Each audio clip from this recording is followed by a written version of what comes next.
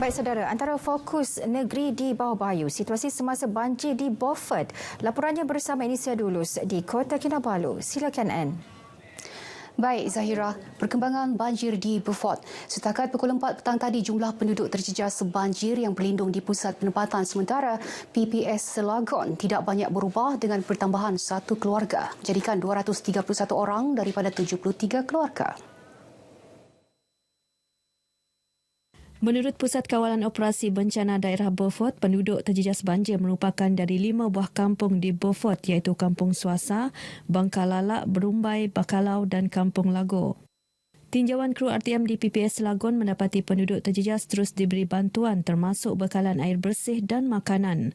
Pelbagai agensi turut membantu penduduk terjejas banjir termasuk Pejabat Daerah Beaufort, Polis, Jabatan Bomba dan Penyelamat, Jabatan Kebajikan Masyarakat, Rela, Jabatan Kesihatan dan Angkatan Tentera. Sementara itu, Pegawai Daerah Beaufort Muhammad Nazri Ajun ketika dihubungi memberitahu beberapa kawasan air semakin surut terutama di Kampung Bakalau.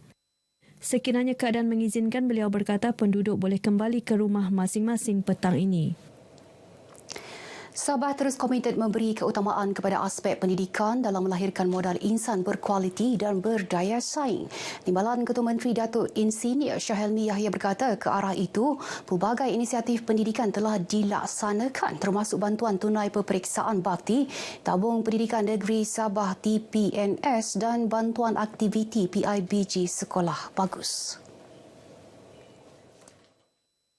Datuk Syahelmi berkata inisiatif yang dilaksanakan itu membuktikan keprihatinan komitmen kerajaan negeri dalam bidang pendidikan dan pembangunan modal insan.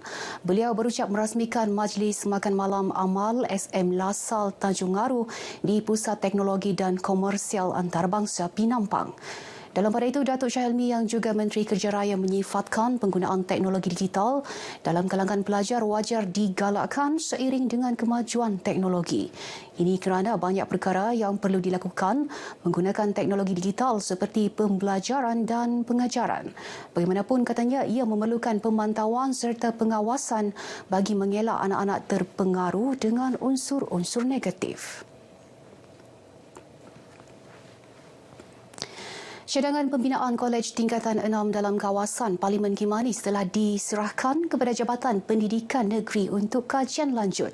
Ahli Parlimen Kimanis Datuk Muhammad Alamin yang mengusulkan cadangan itu berkata pewujudan kolej berkenaan penting memandangkan kawasan itu belum mempunyai kolej seumpama seperti di Kota Kinabalu.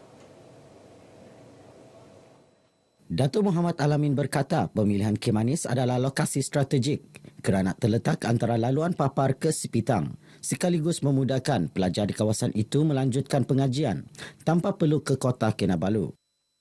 Saya akan meminta kepada pejabat pendidikan daerah dan juga Jabatan Pendidikan Negeri Sabah untuk membuat kajian dengan segera tentang cadangan yang saya lontarkan, yang pernah saya utarakan sebelum ini.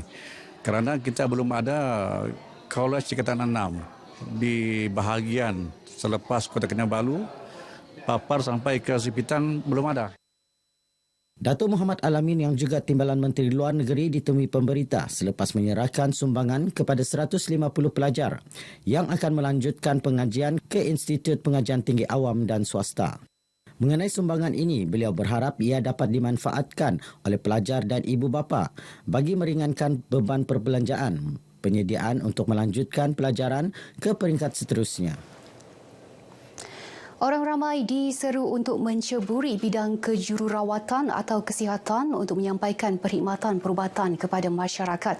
Timbalan Ketua Setiausaha Kewangan Kementerian Kesihatan Malaysia, Datuk Dr. Nur Azman Ayub berkata setakat Julai lalu, hampir 60,000 jururawat bertugas di seluruh negara. Datuk Dr. Nur Azman berkata jumlah itu tidak mencukupi dan tambahan lebih 10,000 jururawat lagi diperlukan untuk 3 tahun akan datang.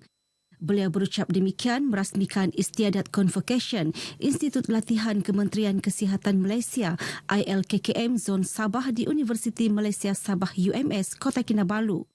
1,332 graduan program pengajian latihan praperkhidmatan, latihan separa perubatan dan program lanjutan diraikan dalam Istiadat Convocation ini. Saya berharap banyak lagi lah student-student dan rakan-rakan sekerja nurse yang akan dapat mengambil post basic ataupun diploma lanjutan. Dan saya berharap lebih ramai lagi lah dapat komitmen untuk melakukan kerja dengan lebih baik dalam menjaga pesakit semua. Ribuan terima kasih kepada ibu bapa saya, para pengajar, keluarga yang banyak memberi dorongan kepada saya dalam melanjutkan pengajian dalam bidang penjagaan kecemasan. Saya berharap di atas pencapaian ini saya akan dapat menjalankan tugas dengan lebih baik selepas ini. Angkatan Kapal Selam AKAS Tentera Laut Diraja Malaysia TLDM dengan kerjasama pelbagai agensi kerajaan, Institut Pengajian Tinggi dan Pertubuhan Bukan Kerajaan NGO menjayakan program Jiwa Murni Borneo Ultra Ocean Clean Up 2 2023. Program melibatkan 1,000 peserta itu memfokuskan kerja-kerja pembersihan pantai di Taman Awam Teluk Likas dan pembersihan dasar laut di Taman Negara Tunku Abdul Rahman, Kota Kinabalu. Panglima Angkatan Kapal Selam TLDM Laksmana Pertama Muhammad Razib Tahir dalam ucapan perasmiannya berharap program ini dapat menerapkan rasa cintakan alam sekitar selain menyemarakkan semangat patriotisme bersempena sambutan Hari Malaysia. Program ini juga bagi mendekatkan masyarakat dengan TLDM serta menyampaikan peranan ATM sekaligus mencapai objektif pengukuhan kerjasama orang awam dan tentera. Sementara itu, Pengarah Majlis Keselamatan Negara Sabah Datuk Nur Alam Han Wahid Han yang turut hadir menjayakan program ini berkata, aktiviti ini dapat menyampaikan mesej kepada masyarakat pentingnya penjagaan dan pemeliharaan alam sekitar. Jadi program Borneo Ocean Clean Up ini merupakan salah satu usaha murni kerjasama dengan Navy lah yang kita buat untuk memastikan bahawa generasi yang ada sekarang ini khususnya pelajar-pelajar di peringkat IPT dan juga orang awam dapat bekerjasama memastikan kebersihan dan juga keselamatan negara dapat diteruskan. Ini selari dengan dasar keselamatan negara di mana kita memastikan pembangunan mampan. Sebanyak 700 kg sampah berjaya dikutip di sepanjang pantai, manakala 60 kg sampah dikumpul melalui aktiviti menyelam di dasar laut. Komuniti kawasan rukun tetangga KRT disaran lebih proaktif dalam membantu masyarakat yang memerlukan. Pegawai Jabatan Perpaduan dan Integrasi Nasional JPNIN Sandakan, Jamri Giau berkata ia bertepatan peranan KRT sebagai ejen perpaduan dan sebuah pertubuhan penduduk yang membantu kerajaan menyejahterakan rakyat seluruh negara.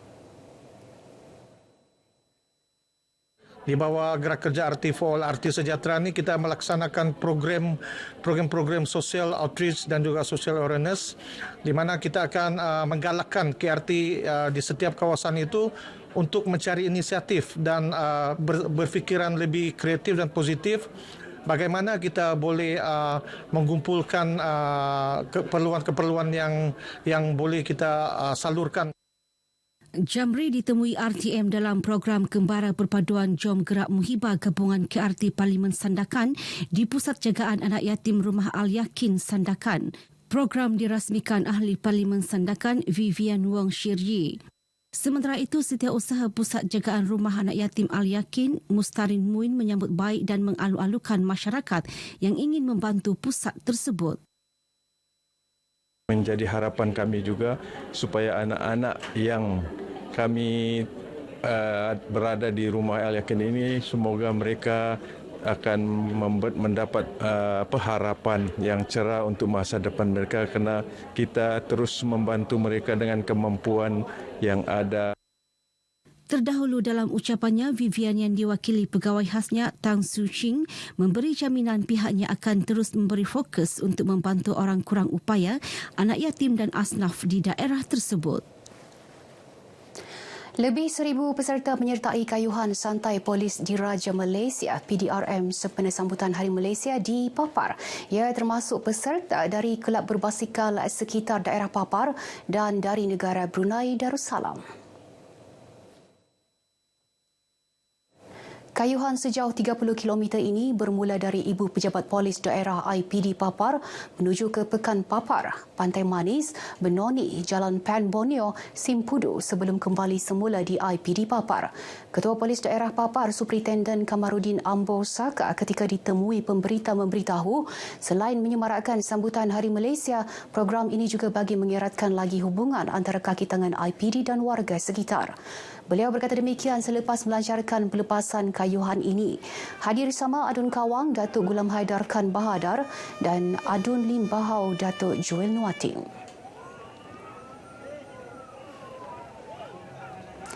Baik, sekian paparan dari negeri di bawah Bayu. Untuk lebih banyak perkembangan lain, kembali bersama Zahira. Baik, terima kasih Anne langsung dari Kota Kinabalu, Sabah. Berita wilayah berehat seketika.